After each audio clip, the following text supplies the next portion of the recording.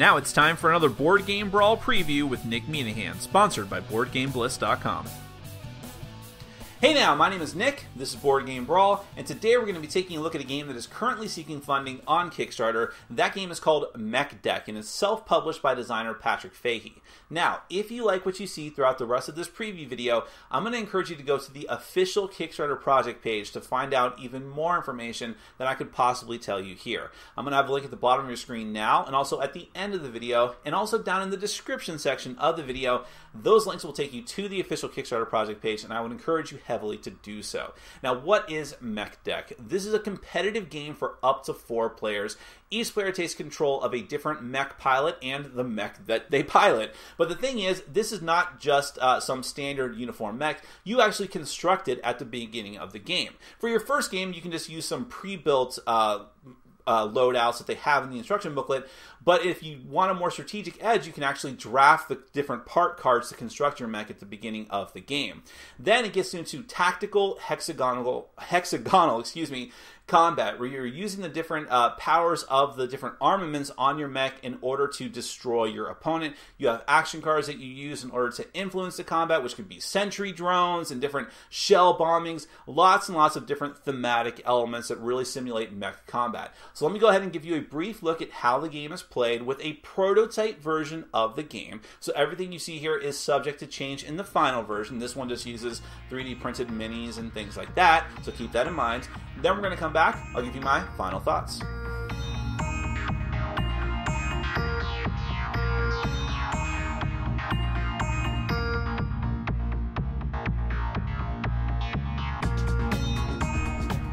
Alright, I'm going to give you a brief look at Mech. This is a competitive game for 2 to 4 players. The goal of the game is to be the last mech left standing. You want to destroy all of your opponent's mechs. If there is a tie, which would happen if 2 mechs destroy each other at the same time, it's whoever has the higher initiative count for that round. Now, at the beginning of the game, you have a little bit of setup to do. You have these hexagonal tiles. You'll have several of them in the game, but you're only going to use a number of them equal to the number of players who are in the game. They'll be chosen randomly, and each player is going to put one down and construct the map like so. Again, depending on the number of players, so if you had only 3 players, and I have this set up for 4, then you would just remove one of the tiles. You'd only have the 3. You'll notice that each of the terrain tiles has different types of terrain. These are going to affect combat in different ways and also movement, and I'll cover all those as we go through the nitty-gritty details. You'll also notice that there are 4 mechs out on the board. Remember, I set this up for a 4-player game. I'll go into the mech construction in a minute because these are actually modular pieces. They are you'll put together the arms, torso, leg unit, and back unit, the weapons units of each of these different mechs, depending on the different types of mech cards that you choose. So, see, that one has like a chainsaw. This one has tire treads for legs, and so on and so forth. And remember, this is just a prototype version of the game, so these are 3D printed models. You'll have a mech deck of cards, which are action, reaction cards. You'll shuffle those up, and each player is going to get 4 of them at the start of the game. Off to the side here are a bunch of tokens, which are going to be used for different special abilities of the mechs. Some of them affect the terrain, so for instance, the flamethrower is going to throw down an area of fire. You're going to have heavy shelling, which will also affect different spots on the board and cause people to take damage if they go into them.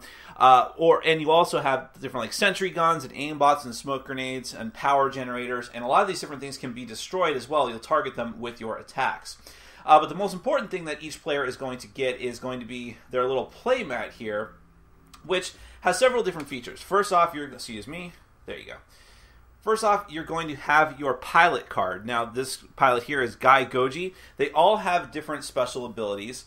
So, for instance, Guy Goji's is that at the beginning of the game, you select a part that is capable of attacking, and Guy Goji gets a +1 bonus to attack rolls made using that part. So I could choose my Blitz Grabber here and always get +1 with that, or I could choose my Laser Sword, and that's the other thing.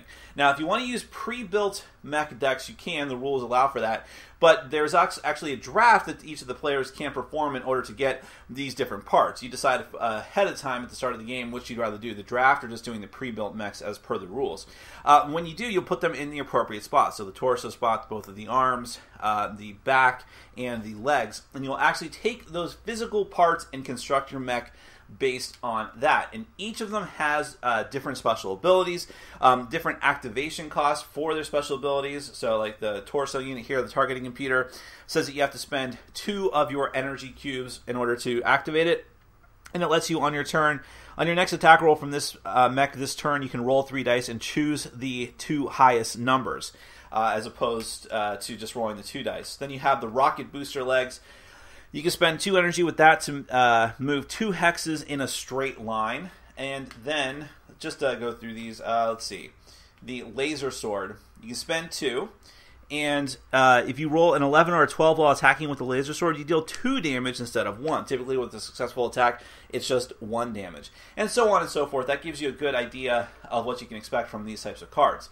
Now over here are your reserves of energy and movement cubes. You'll actually look at all of your cards, and up in the top corner, it'll tell you, your torso will tell you how many energy cubes you have, and your leg unit is going to tell you how many movement cubes you have. So you'll put them up in your reservoir here, and then as you spend these cubes, so let's say, for example, I activate my laser sword, I'll put the cubes I spend onto my laser sword card. And at the beginning of a round, at the beginning of a turn, you're going to re-energize those different parts. You'll put those cubes back into your reservoir. Other important things I've known on the character sheet, here you have a little cheat sheet of the different types of terrain and what they do, so every player is going to have the same thing on their map. So the plains has no modifier whatsoever, it just costs you 1 movement cube to move into a normal green space. If you are in the water space, it costs you 2 to go through water spaces, however you actually gain an energy at the start of your turn. Trees cost you 1 movement to go into, and they don't give an attacker any kind of bonus, but defenders who are shot through the trees get a +1 defense bonus to their roll. The hazardous spaces cost you 1 green cube, but you have to suffer -2 energy at the start of your turn. And then hills cost you 2 movement cubes to go into. But if you are on a hill, you get +1 attack roll versus people who are not on hills, and you get +2 defense rolls if an attacker tries to attack you through a hill. Over here in the opposite corner, you have your initiative marker, which is going to be rolled at the start of each round. Everyone's going to roll, and whoever has the highest initiative gets to go first, and then you'll go down from there, second, third, or fourth. So these tokens will be moving around constantly. Then you have your damage marker. Now, as you take damage, you're going to move this down, and every time that you take damage, you have to decide what you're going to do as far as taking damage to your parts. Whenever you take damage, you have to flip one of your cards over to its damage side, and that will change its stats significantly. So if you see, when I move over to the targeting computer, I actually get 1 less energy. Now, if you can choose to have a part that's already damaged take the damage again, but if you do so, it's going to be permanently destroyed. Obviously, you don't want that to happen to your torso unit, so you're probably going to be losing parts all around before that happens, even potentially your legs, so at least you can still shoot things. Now, the last thing is up at the top of your playmat, and that is the Battle Fervor track, which you're also going to have a little crystal that you use to keep track of it. It starts off at 0.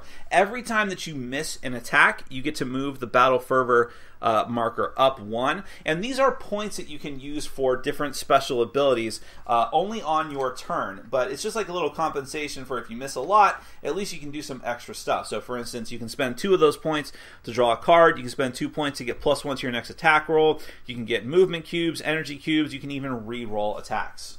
I should also mention as well that there are several different pilots to choose from. They all have their own special abilities. Like you have Molly Gibson here, who at the beginning of her turn gets to draw a card.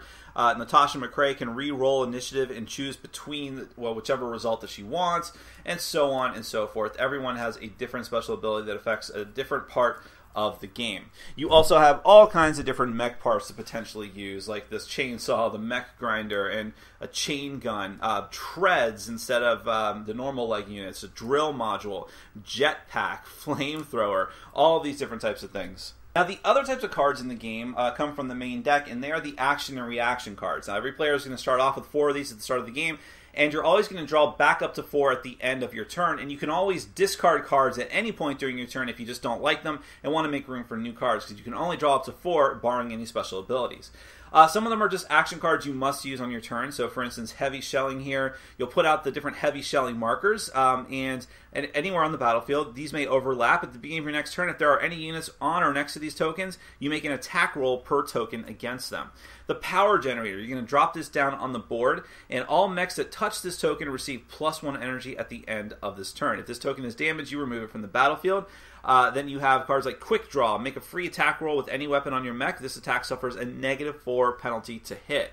Engaged thrusters. Your mech receives 2 movement points. Then you have reaction cards. These will only be played when it is not your turn in reaction to what other players do based on the conditions on the card. So Sidestep says you play only on an opponent's turn. If your mech is attacked, you move 1 hex in any direction. If the attack was made at a range of less than 2 hexes, it will still count as in range, but suffers a -2 penalty to hit. Counterattack. If you are attacked and damaged by a unit, you may immediately make a free attack with any of your weapons against the unit that damaged you. The unit must be within range of that attack, and so on and so forth. You have a lot of different options of cards that you can potentially use with all of these different tokens potentially coming out as well. Alright, so let me walk you through how a typical turn would go. Let's say that it is Guy Goji's turn right now. Let's just say that he's first. You can play your cards at any point during your turn, assuming you meet the conditions. But let's say I just want to throw down a sentry gun before I leave. So I'm going to play that card, and I'll set a sentry gun in a hex adjacent to me, and then it can't move, but I can make an attack roll against any enemy of its, that comes within its range, which in this case it's 2. That's what it says on the token. So I'll go ahead and throw that down before I go, and then now I have 3 movement cues, so I can get 3 normal movement. I can use my rocket boosters and spend an additional 2 energy in order to go 2 more spaces in a straight line, and I really want to hit someone with my blitz grabber, so I think I might try to do that. So let's see if I can get within range of someone to do that. I can go 3 spaces and then move an additional 2. That is kind of dangerous, but it might be worth it to do so. But let's go ahead and do that. So I'll spend the 3 movement. I'm going to go 3 spots, and then I'm going to spend, actually that's totally within range. I don't even have to do my my booster there. So I'll move to that spot, and then I'll try to use my Blitz Grabber on this guy here. So in order to do that, I need to spend 3 of my precious energy. And upon a success, I get range 4, and upon a successful attack, I deal damage, and I pull the target to the hex closest to my mech. If the unit collides with a hill or another unit, I make a single attack roll against all units that are involved. Now, there's no hills in the way here, and in fact, there's no blocking terrain. There's only a hazardous space, which really doesn't block anything. If there had been another mech in the way, that would be a +2 defense bonus to that mech, or a hill would also give a +2 defense bonus. The woods also give a +1, but I don't have to worry about any of that. I have a straight shot, line of sight to this game, the center of the hex to the opponent's hex. If there's nothing in the way, you're good to go. So then we're going to go ahead and do an attack roll. So the attacker gets 2 dice, and the defender gets 2 dice. You are trying to meet or beat the number of the combined 2 dice. So in this particular case, I did. I have 7 compared to 3, so my attack hits. So my opponent there is going to take 1 damage. They have to flip over one of their part cards to its weaker side, and then because of the special ability of the Blitz Grabber, I get to move it adjacent to me. Now, I still have some energy left, and he is now within range 1 of my laser sword. So I'm going to go ahead and spend those 2 energy in order to activate my laser sword, which says that if I roll an 11 or 12 while attacking, I deal 2 damage instead of 1. But let's go ahead and see if I even hit at all. The defender rolls not well, and I roll very well. That's not 11 or 12, so I'm only going to deal 1 more damage, but hey, it's something. They have to flip over another one of their equipment cards, or else permanently lose one of their pieces. Now, if a piece is actually destroyed, you physically will remove it from the mech. When you're out of energy to use and or cards that you want to use, then you refill your hand back up to 4, and that is the end of your turn. Now it goes to the next player in initiative order. This keeps going until there's only 1 mech left standing. That is Mech Deck. Let's get to my final thoughts.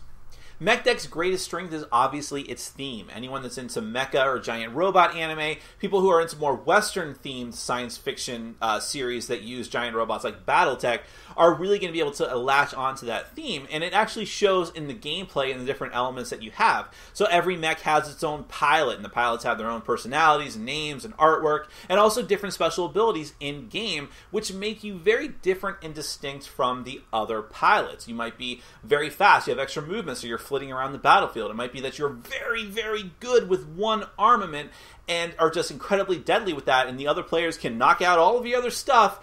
You could just drop parts as you take damage, but if you're good with that one laser sword, whatever it might be, then they know not to take you for granted. You're still going to be dangerous even with every other part hanging off of you.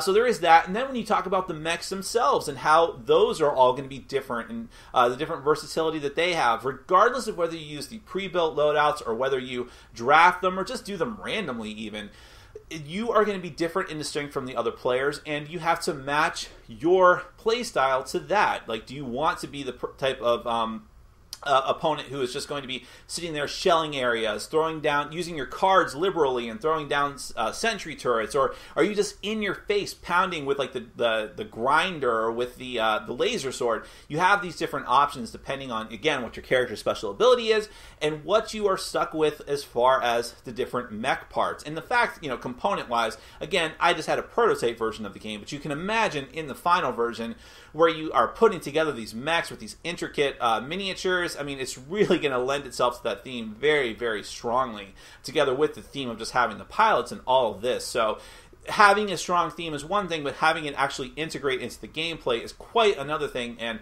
much more difficult, and it looks like Mech Deck is really going to be able to accomplish that.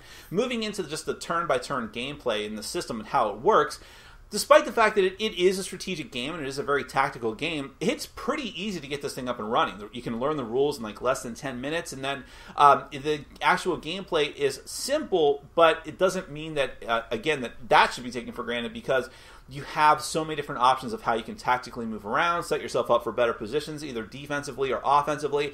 So I guess what I'm saying is there's a deeper game here, despite the fact that it can be learned very easily by both casual gamers and hardcore gamers alike. And the systems of how you use your power and your movement cubes, and just basically can do whatever you want on your turn, assuming you have the resources for it, and that's going to change from turn to turn how you want to allocate their resources. So there is a resource management component to this game that is very critical if you want to survive and if you want to win. So there's quite a bit of game here. I mean, there's tons of different cards and all the different variety of mech layouts, the different board layouts, and how that's going to work and how that's going to change your game with the different types of terrain. Despite the fact that you have all of this, and it is still just an easy game to get into and get up and running. So if that sounds like your thing, if you just love the idea of taking a giant mech with this cool pilot and just blowing the crap out of your opponents, and also actually having this strategic and tactical gameplay and resource management, if that kind of thing appeals to you, I would encourage you to check out Mech Deck. I'm going to have a link at the bottom of your screen now, and then down in the description section of the video. That'll take you to the official Kickstarter project page. I can't possibly tell you everything about the game, but you can find out a lot more information there, and hopefully you'll consider backing the game. That is Mech Deck from designer Patrick Fahey, self-published by him. I would encourage you to go and take a look, because it is a very, very interesting game. Thank you so much for watching. Take care. Thanks for watching. Follow us on Facebook, Twitter, and Patreon. And make sure to check out our sponsor, Board Game Bliss, where you can find an amazing selection of games from around the world. BoardGameBliss.com. Thanks for your support.